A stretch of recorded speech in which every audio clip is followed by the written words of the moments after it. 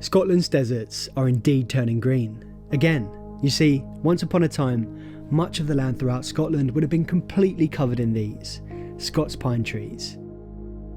A beautiful tree native to these soils.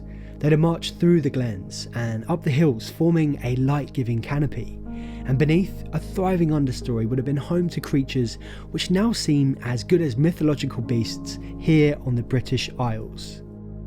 I think it's a great shame, and it's even more damning that many do not know of this abundant past that we've now lost.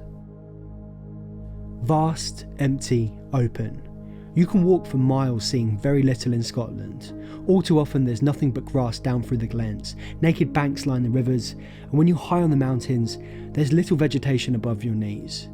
When you think about it, it's actually really strange to have such huge areas without any trees at all. I visited a place where native woodlands were able to hold on, and better still, they're recovering. This is the Abernethy Nature Reserve, nestled within the Cairngorms National Park. But first, I want to show you another surviving remnant of this beautiful habitat, the Blackwood of Rano. This is one of the remaining fragments of Caledonian pine forest, proper Caledonian pine forest. I mean, look at this one is huge. It's a really big pine. I don't think using the word deserts to describe Scotland's landscapes is an overstatement. I think it's, pretty damn accurate, because when you come to a place like this, you realise that this is what those vast open spaces could look like, perhaps should look like. Sure, they're not sandy, they're not arid, but, they are ecologically numb. Caledonian pine forest like this has declined by more than 99% of its original range. We estimate that we've lost 1.5 million hectares over the past 6,000 years.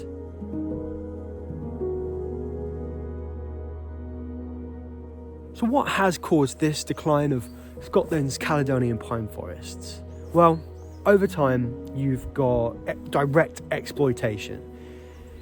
Over the centuries, over the past few thousand years, these woods would have been harvested for their timber because they're a resource. But in more recent history, you've got really three core industries which I guess contributing the most to this habitat's decline, and they are agriculture, forestry and hunting. Now, before I really get into these and really pull them apart, not any one of these industries is necessarily bad. The problems occurred because of the extent and the time in which, and the monopoly that these industries have over Scotland and have over these habitats. So throughout Scotland's history, you've had direct exploitation where these old pine forests have been harvested for their timber. But today we're facing a bit of a different problem. The Caledonian pine forests which remain, they are protected. But we're now seeing issues in how they can regenerate. And one of the core issues here is overgrazing. And of those three key industries which I just mentioned, it has been agriculture and it has been hunting, which has been the real driver of overgrazing. Sheep can be found all over Scotland. It's an industry that really took off after the clearances. The clearances was an ugly and unjustified event in Scotland's history that saw over 100,000 native people forcibly removed and made to abandon a traditional way of life. Now, this isn't the video where I really get into the clearances, as that deserves a full video on its own. But it's important to understand that this event shaped the way that we see Scotland today. The Highland clans were removed so widespread sheep farming could take place, as it was seen to be a more profitable way of using the land. In a very short amount of time, there were tens of thousands more sheep on the land, putting untold pressure to Scotland's native forests and their regeneration. And nearly 3 centuries later, Scotland still has sheep roaming its hills. But it's not just sheep. Wild deer are also contributing to overgrazing in Scotland. The country's estates have long been valued for their quality of deer hunting, so if there's more deer, the hunting will be better. Coinciding with the rise of deer and sheep was the demise of Scotland's natural apex predators, who were hunted to extinction, creating a perfect recipe for wild deer numbers to explode. It's now estimated that there's over 1 million throughout Scotland. And then you've got forestry, you've got commercial forestry, which really took off after the First World War. Because so many of Scotland's natural woodlands have been depleted, there was a real need for timber. So, you know, there was a real widespread initiative to get a lot of conifers in, and, you know, we planted non-natives, we planted them really close together, and, you know, the result is that you're introducing a species which grows much faster than Scots pine. And, you know, the way that we've planted these trees, it really isn't good for wildlife. It's not good for the local ecology. In a non-native conifer plantation, you don't get a nice like open canopy like this. It's not like the native Scots pines. If wildlife is living in a conifer plantation, then it's kind of just doing it because it's had to adapt. It would always much rather be in a habitat like this.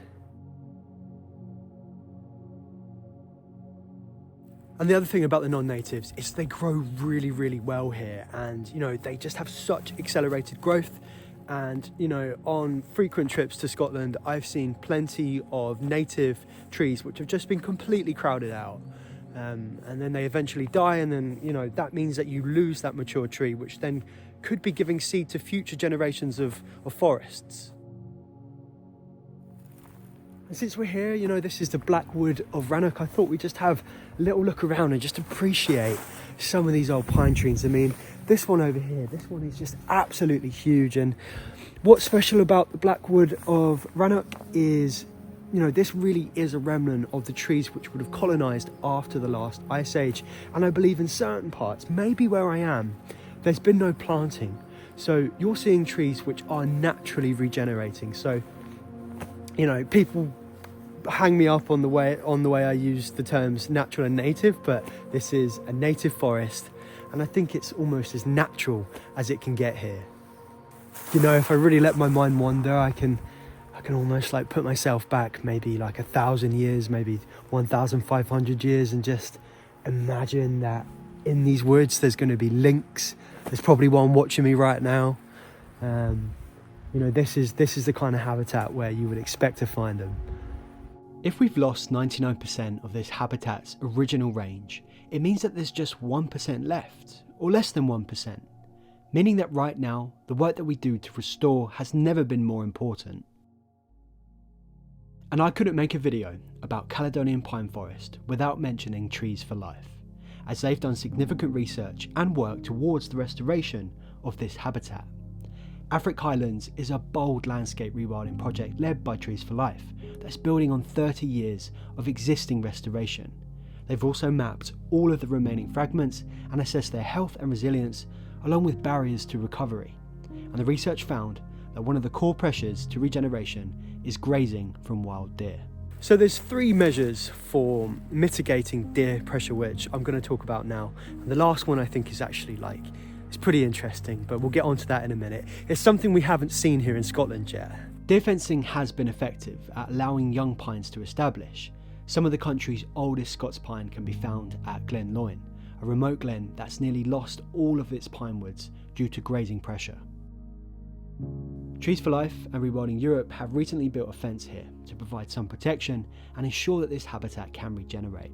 In the short term, this will work, but fencing isn't a long-term solution. Over time, the deer fences ultimately fail. They deteriorate, and the deer just, you know, they end up getting back in. Not to mention, they're really expensive. I mean, if you really wanted to do large-scale Caledonian pine forest restoration, I mean, you're going to need a lot of fencing. And really, it's more of a band-aid over the problem. It's not addressing the issue at its core. But one method of really getting to the heart of the deer problem is deer culling. It's humans going out, stalking and shooting the deer and actively bringing down the numbers. And this works. A place where we've seen this work is the Abernethy Nature Reserve. Here, deer numbers have been kept so low that Scots pine can naturally regenerate, meaning the seed from the mature trees around them are able to take root and establish. And when it comes to the management of deer, when it comes to the culling of deer, you know, there are some mixed opinions on it. What do you think about it? Do you feel like it's for the greater good? Do you feel as though that it shouldn't happen? Do you think natural predators should be reintroduced? Do you think that humans should just altogether stop meddling with the landscape and the way things are? Please just let me know your thoughts. The third way to manage deer is a method not yet tried in Scotland, and that's the reintroduction of apex predators. I'm not saying that we should reintroduce the bear, the brown bear. I'm not saying we should reintroduce the wolf just yet, but the lynx, the Eurasian lynx, could be a really good start. And that's because the lynx is secretive. It's small and not a threat to us. We don't know its impact for sure, but it is unlikely to cause a huge trophic cascade and fix the deer problem. But that's not the goal, not yet. A successful lynx reintroduction will warm us round to the idea of living with large carnivores again. It's a privilege which we've lost here in Britain. Rewilding is a journey of recovery, and the lynx returning to Scotland is a necessary step. While on my work with Mossy Earth, I was recently filming and learning about their temperate rainforest restoration project.